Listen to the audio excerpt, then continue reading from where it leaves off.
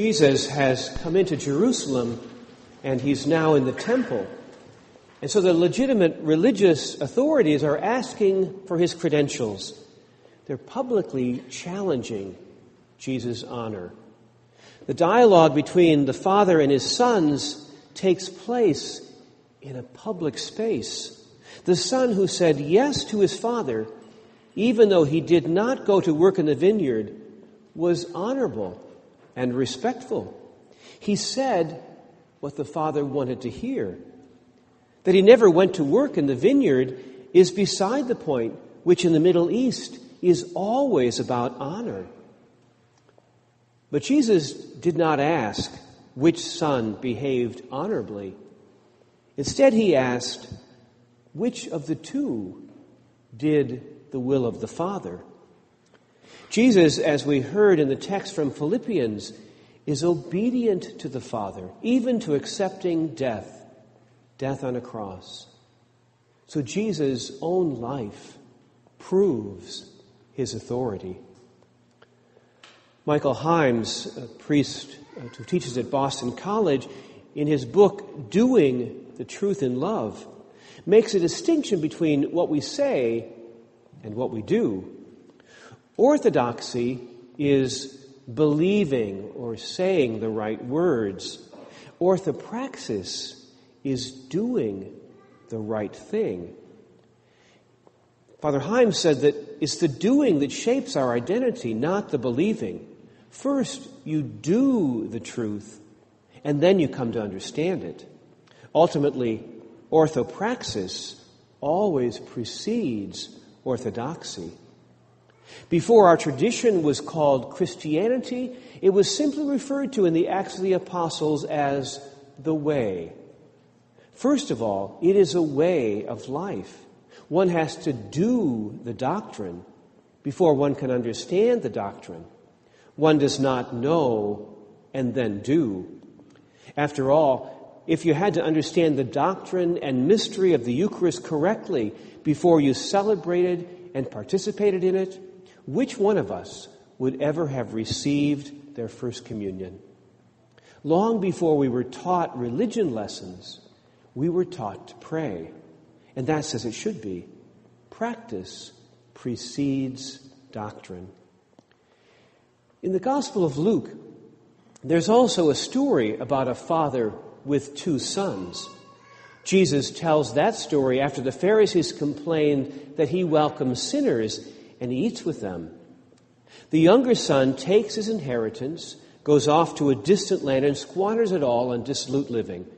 Then there's a great famine and he is in need. But then he remembers that there's more than enough food at his father's house. He gets up and he prepares a speech to get his old man to take him back in. But the father upstages him. While he was still a long way off, Luke tells us, his father saw him and was filled with compassion. He ran and put his arms around him and kissed him. In this story, in Luke's Gospel, Jesus is actually quoting a story from the book of Genesis about two other brothers, Jacob and Esau. The father in Luke's Gospel is playing the part of the older brother, Esau, whose younger brother, Jacob, has stolen his inheritance. Here's the text in Genesis 33. Then Jacob lifted his eyes and looked, and behold, Esau was coming. Esau ran to meet Jacob and embraced him and fell on his neck and kissed him and wept.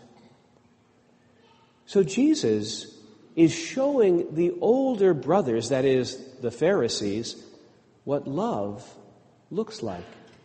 Do this, and you will understand what the Father is doing. Do this, and then you will know who God is. And then in that story in Genesis, Jacob speaks this wonderful line that's sung in the musical Les Miserables. To see your face is like seeing the face of God.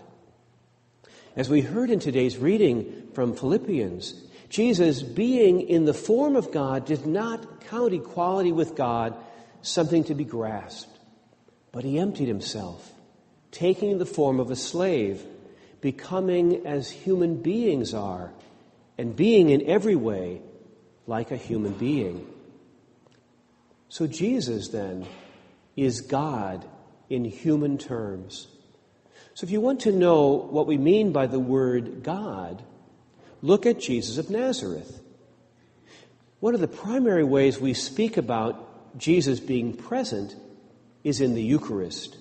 In the Eucharist, we find Jesus of Nazareth, and in Jesus, we find God made flesh. But let's think about the Eucharist. It's something that is eaten so that people have life. Something that we drink so that people are refreshed. What a profound symbolic act, revealing the great Christian insight. If you seek to know who God is, look at Jesus of Nazareth. If you seek to know who Jesus is, he is the one who is eaten so that we may be nourished. So the Eucharist, then, is the great acting out of who Jesus and God is, the one who gives himself away fully and without reserve. So if you wish to find God, give yourself away. Whenever we do Eucharist, we are enacting what we mean by the word God. In John's Gospel, just after Jesus washes his disciples' feet at the Last Supper, he says to them, I give you a new commandment. Love one another as I have loved you. Notice, Jesus doesn't tell them to love God. He simply tells them to love one another in the same way that we are loved. So when you serve your brother or sister, you are enacting the meaning of the word God. And God is present. God then is closer to a verb than a noun. God is what is done, not the one who does it, nor the one to whom it is done. God is the doing, the loving. We see this clearly in the end of Matthew's Gospel, chapter 25, the story of the Last Judgment, the king sitting on his throne, separating the nations one from another. He said, I was hungry and you gave me food. I was thirsty, you gave me something to drink. I was a stranger and you welcomed me. I was naked and you gave me clothing. I was sick and you took care of me. I was in prison and you visited me. And they will say to the king, Lord, when did we see you? And then the king will answer them, truly I tell you, just as you did it to one of the least of these, you did it to me.